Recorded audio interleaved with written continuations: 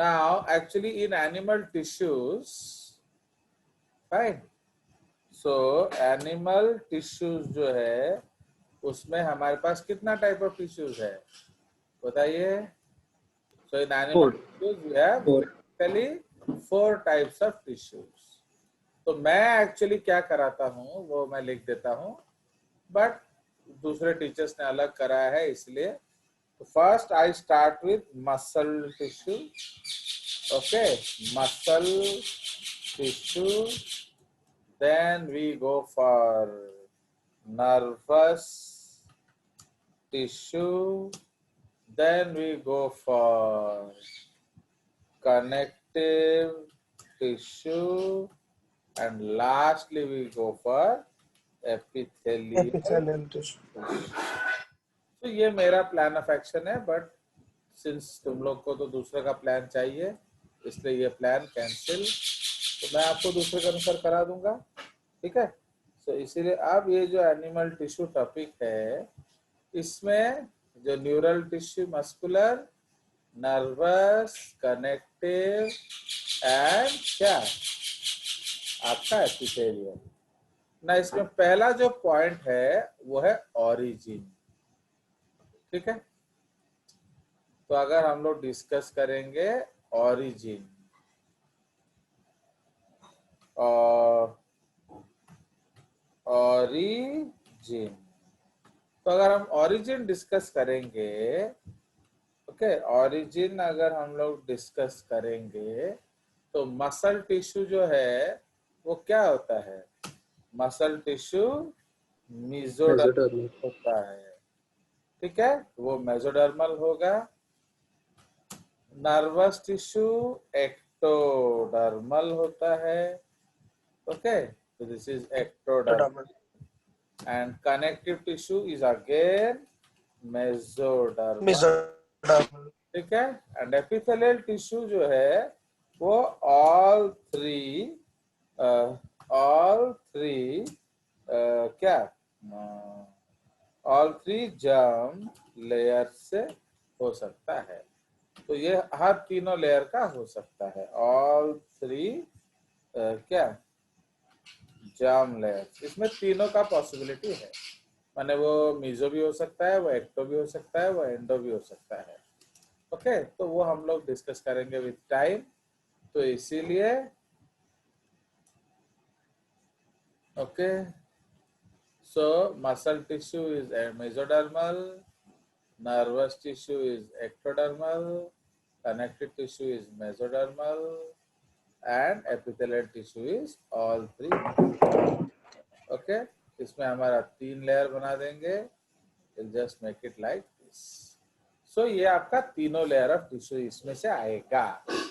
चलिए, तो इसीलिए सबसे फर्स्ट कंसेप्ट है जो एपिथेलियल टिश्यू का, तो आप याद रखेंगे एपिथेलियल टिश्यू. ओके, तुम लोग जब तौहीने जेजेस करते हो तो मेरा जो पैरट है वो बहुत गुस्सा हो जाता है, वो चिल्लाने लगता है. तो अभी चिल्ला रहा है, सुनाई दे रहा है? Yes sir. हाँ, वो बहुत गुस्सा है. चलिए, तो जो एपिथेलियल टिश्यू है एक्चुअली, इसीलिए एपिथेलियल टिश्यू का सबसे मोस्ट इम्पोर्टेंट पॉइंट, ओके, तो उसमें याद रखेंगे डेरिवेशन ऑफ नेम. एपी मतलब अपॉन, प्लस थेलियोस का मतलब होता है क्या? थेलियोस का मतलब होता है फ्लैश. ओके, तो इसीलिए this tissue, okay, this tissue is responsible for covering any other tissue. Okay, so this tissue is responsible for covering any other tissue. ये उसका एक उसका जो टर्म है, नेम है. This is the name of epithelial tissue. Now उसके बाद जो नेक्स्ट पॉइंट हम लोग क्या डिस्कस करेंगे, तो नेक्स्ट पॉइंट डिस्कस करेंगे उसका जो कैरेक्टरिस्टिक फीचर. ओके, तो इसीलिए the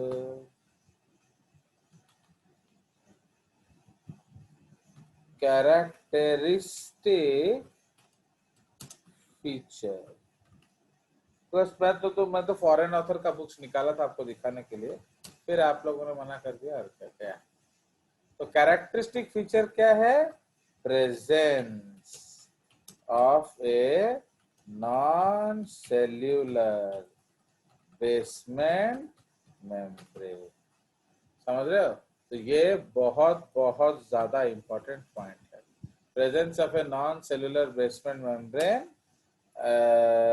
in the lowermost region.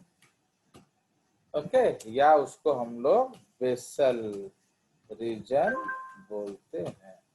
Okay, so that is called your basal region. तो बेसल रीजन में ये आपका होता है, समझ में आया? सो उसका मीनिंग क्या है? दैट दिस बेसमेंट मेम्ब्रेन जो है, ये आपको क्रिटिकली पता होना चाहिए, because these are some things which you should understand. Okay, now अब आपका बेसमेंट मेम्ब्रेन जो है ना, इस बेसमेंट मेम्ब्रेन में अब हम लोग क्या देखेंगे? सो आप ये जो बेसमेंट मेम्ब्रेन में आपको देखना है कि ये और क्या क्या करता है, समझ रहे हो कि नहीं? Means what is its function. तो उसका मेन फंक्शन है अटैचमेंट, ठीक है? तो बेसमेंट मेम्ब्रेन का मेन फंक्शन है अटैचमेंट, प्लस एपिथेलियल का एक और इंपॉर्टेंट पॉइंट है, there is no direct blood supply. तो जब डायरेक्ट ब्लड सप्लाई नहीं है तो खाएगा पिएगा कैसे सेल? समझे कि नहीं? तो सेल को खाने पीने में बहुत असुविधा होगा। तो अब ये ना हो, इसलिए हम लोग क्या करते हैं? सो उसको हम लोग को न्यूट्रिशन देना पड़ेगा। So for that the basement membrane helps to absorb nourishment from the underlying tissue. समझ रहे हो? तो जो अंडरलाइंग कनेक्टिव टिश्यू है, उसमें से खाना पीना लाने का ड्यूटी किसका है? Basement membrane. ठीक है, तो ये आप याद रखेंगे। तो this is very very important. ठीक है, नाउ ये जो बेसमेंट मेम्ब्रेन है, ये क्या करता है? तो दिस बेसमेंट मेम्ब्रेन, ओके, तो कैरेक्टरिस्टिक फीचर मैं ऐसे लिख देता हूँ नीचे करके, 1 point, presence of non cellular basement membrane in the lowermost region, okay, of the tissue.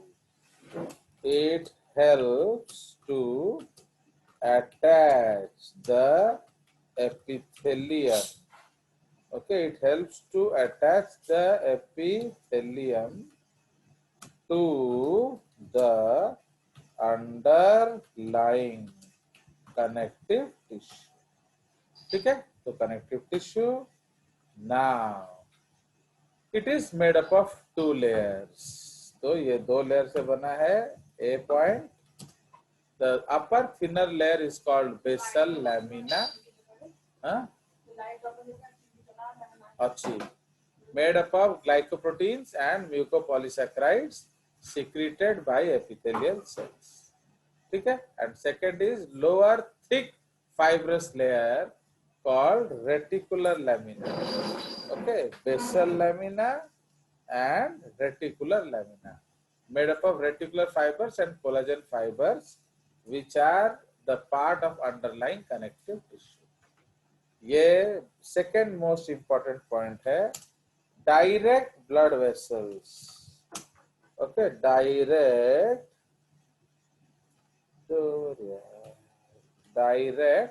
blood vessels are absent. Okay, तो इससे क्या होगा? Materials are exchanged between epithelium, the cells, and vessels of the connective tissue by diffusion across the membrane. So the epithelial, इसको हम लोग थोड़ा बाद में लिखेंगे। आया समझ? तो ये आपका 2 मेन पॉइंट्स है।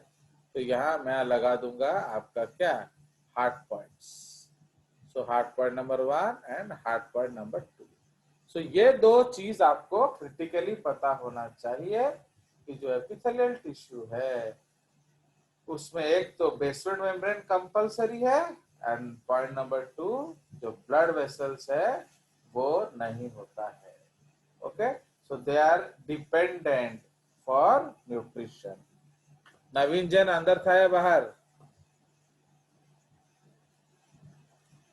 चलिए, सो अब हम लोग एक रेड पॉइंट लिखेंगे। तो रेड पॉइंट में क्या लिखेंगे?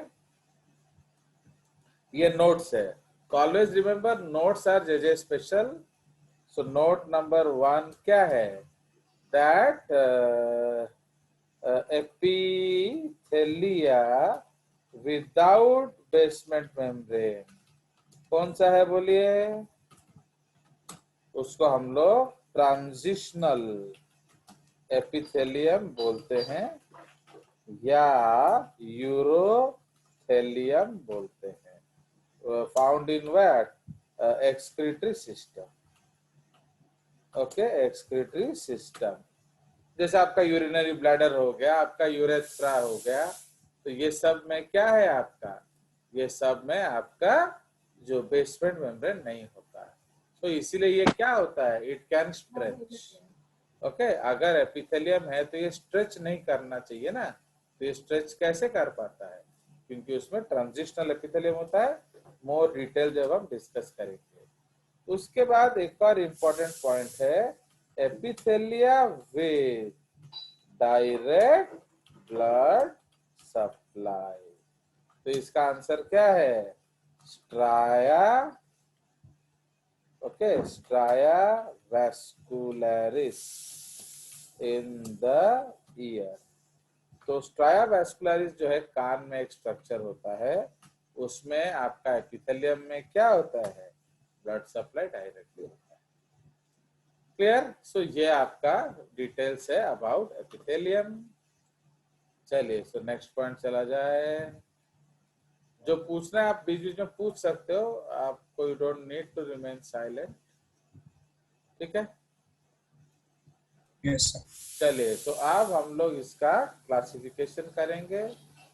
ओके, तो क्लासिफिकेशन जो अभी इसको करेंगे हम लोग into simple and compound epithelium. Now ये बहुत इंपॉर्टेंट है, क्योंकि देखो एक चीज याद रखो, एपिथेलियल टिश्यू आप कभी भी याद नहीं रख सकते, क्योंकि कितना घुसोगे एंड वो घुसा हुआ चीज जल्दी से भूल भी जाओगे। इसीलिए हर समय तहजीब व तमीज व उल्फत से पढ़ना चाहिए। ओके, इसका मतलब क्या है कि आप इस तरह से पढ़िए कि वो कंसेप्ट को पकड़े एंड आप याद रखेंगे। ओके, मैं खुद कभी जिंदगी में टिश्यूज नहीं पढ़ा, फिर भी मैं आंसर कर लेता हूँ कि नहीं क्वेश्चन। उसका लॉजिक क्या है? उसका लॉजिक ये है कि मैंने तहजीब और तमीज और उल्फत से उसको पढ़ा हुआ है। ओके, चलिए, सो इसीलिए आप ये हमारा पहला टिश्यू क्या क्लासिफिकेशन है? This is simple epithelia. Okay, तो ये सिंपल एपिथेलिया है, या इसको हम लोग सिंपली सिंगल लेयर्ड भी बोलते हैं। एक्चुअली सिंपलेस्ट एपिथेलियम का मतलब क्या है? उसमें एक ही लेयर ऑफ टिश्यू है।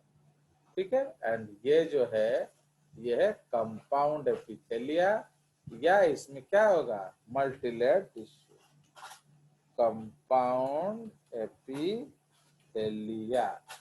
ओके, या मैनी लेयर्ड एपिथेलिया।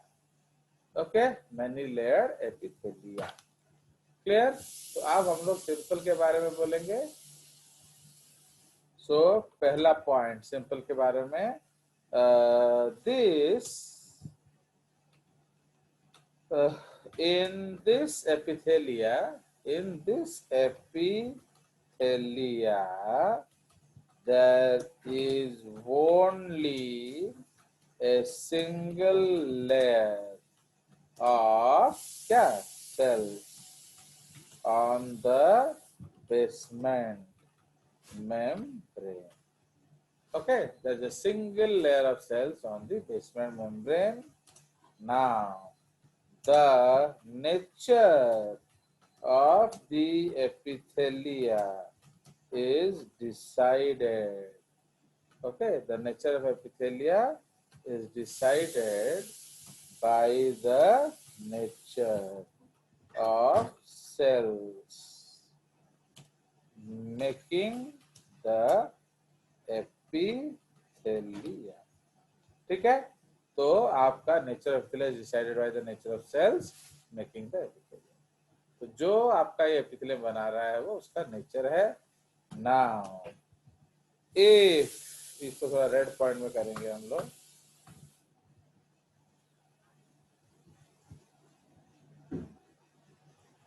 तो ये थोड़ा रेड पॉइंट में हम लोग लिखेंगे। ओके, इफ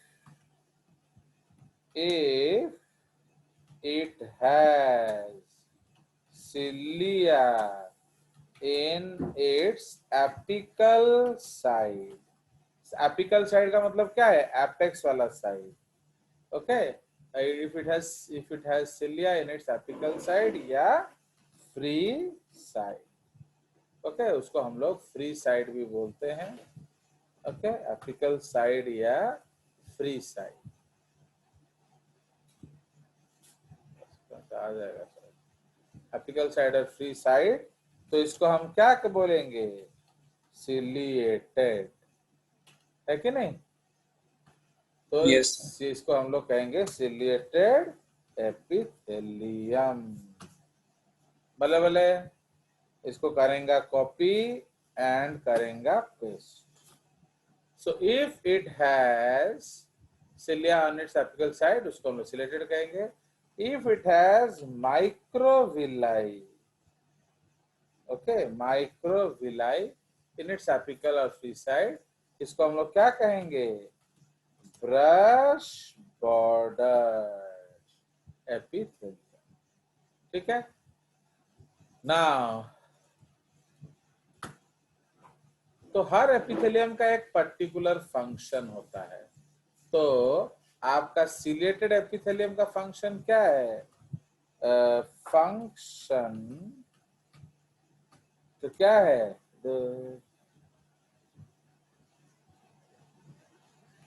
फंक्शन क्या है? To move objects like ovum, okay, comma mucus, focus. Okay, comma ovum हो गया, म्यूकस हो गया, और क्या है? और काम होता है? चलो इतना ही लिख लेते हैं ना, थक जाएंगे हम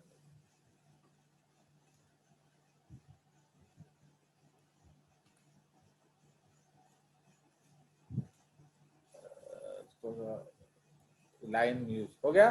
तो function is to move objects like ovum mucus. इसका फंक्शन क्या है? तो इसका फंक्शन है to increase surface area. Okay, देख लो कितना जल्दी टाइम खत्म हो जाता है।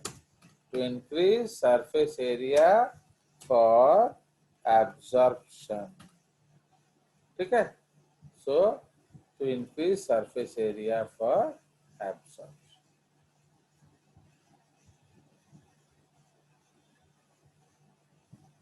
चलिए ठीक है। तो ये हमारा फंक्शन हो गया किस चीज का? सिंपल एपिथेलियम का। ओके, ये मैंने आपको बेसिक्स बता दिया। ओके, तापर हमें एक्स्ट्रा जिनसे आगे पढ़िवा ना। उसके बाद यहाँ हम लोग क्या लिखेंगे कंपाउंड एपिथेलियम में? Now it is made up of many layers of cells। ठीक है। तो जो कंपाउंड एपिथेलियम है वो मेनी लेयर ऑफ सेल से बना होता है। ना अब जब मेनी लेयर ऑफ सेल्स है तो क्या होगा बताइए? तो how to decide the name बताइए? अरे नाम किस आधार पर डिसाइड होगा? गूंगा बैठते हो क्यों?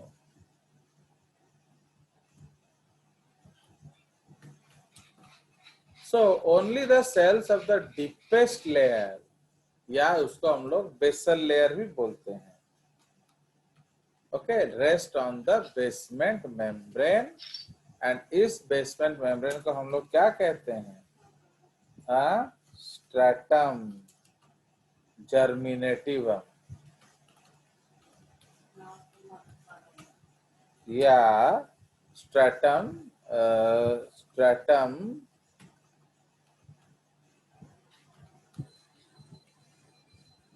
माल्फीजी।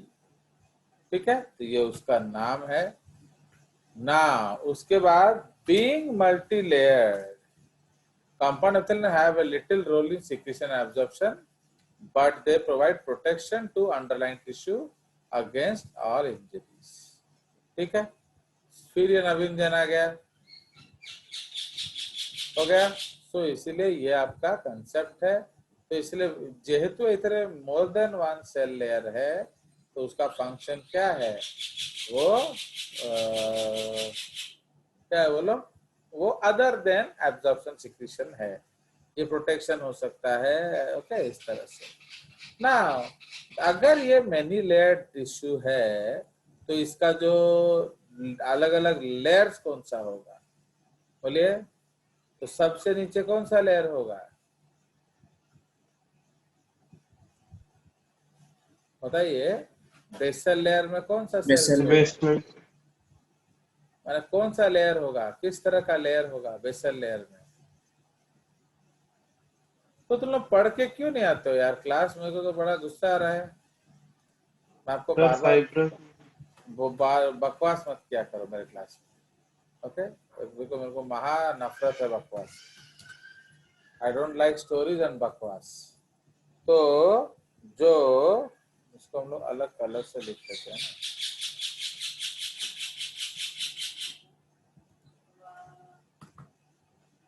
इसको हम लोग अलग कलर से लिख देते हैं। Tejas was Naveen Jain inside, I will remove him otherwise. Please sir monitor वो दिस। बताया तो नहीं सर। हाँ बस ठीक है, तो मैं आपको ऑलरेडी बोल चुका हूँ, अगर आप डिस्कनेक्ट होते हैं तो मॉनिटर के वाया आएंगे, मेरा दिमाग नहीं खाएंगे। चलिए, जो बेसल लेयर होता है, इट इज आइदर, जो बेसल लेयर होगा वो आइदर कलमनर, ओके, कलमनर और क्यूबॉइडल होगा। समझ रहे हो कि नहीं, उसका जो शेप है वो आइदर कलमनर होगा या क्यूबॉइडल होगा। नाउ मिडिल लेयर्स क्या होंगे, देखो, ऊपर से जगह नहीं है, नीचे से ढकेला जा रहा है, तो मिडिल लेयर्स किस तरह के होंगे, बोलो।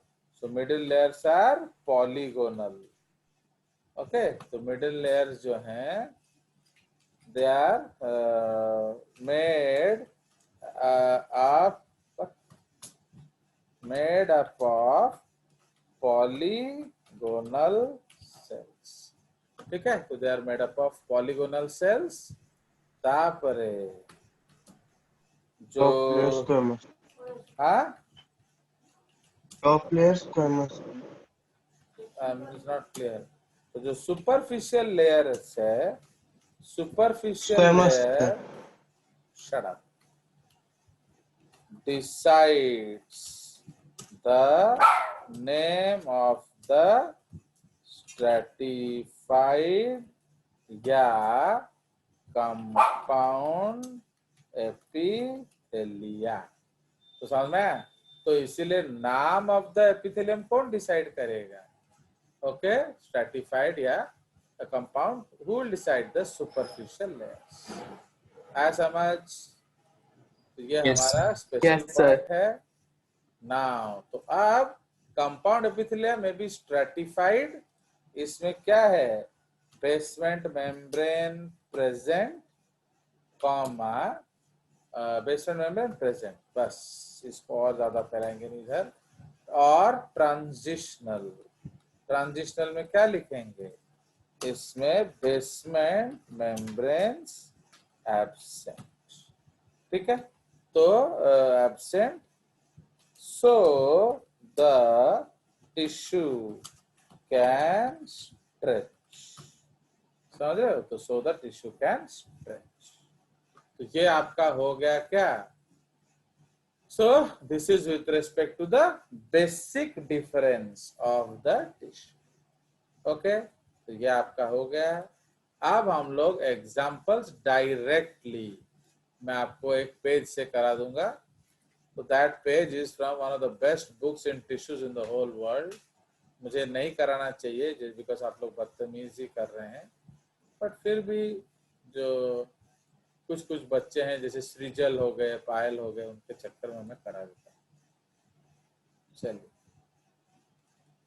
नाउ अगर आप यहाँ ध्यान देंगे,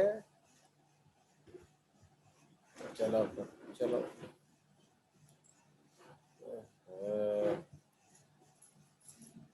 इसको मैनेज थोड़ा बड़ा कर दो ना तो गड़बड़ हो जाता है ना। ये आप देखिए, तो ये हमारा जो बेसिक लेयर्स है, तो हल्का सा बस चलिए, तो इसमें मैं आपको नंबरिंग कर देता हूँ। ओके, तो ये सपोज हमारा फर्स्ट एग्जाम्पल है, सिंपल स्क्वैमस एपिथेलियम।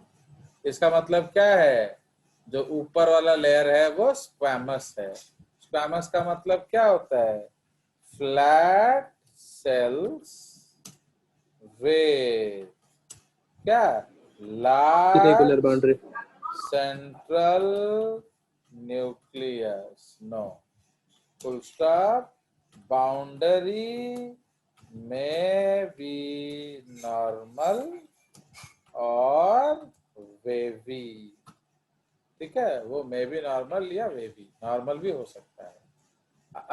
अगर चलो तुम बोल दिया तो मेरे को बताना पड़ जाता है, चलो ज्यादा चीज मत बताया करो, फिर मेरे को बताना पड़ जाता है।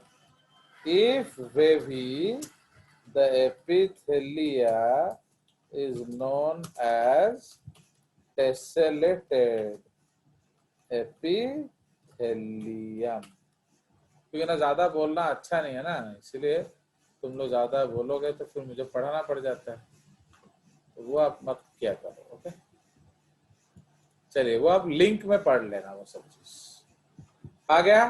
तो ये आपका कंसेप्ट है, तो इसलिए simple flat tile like cells होंगे।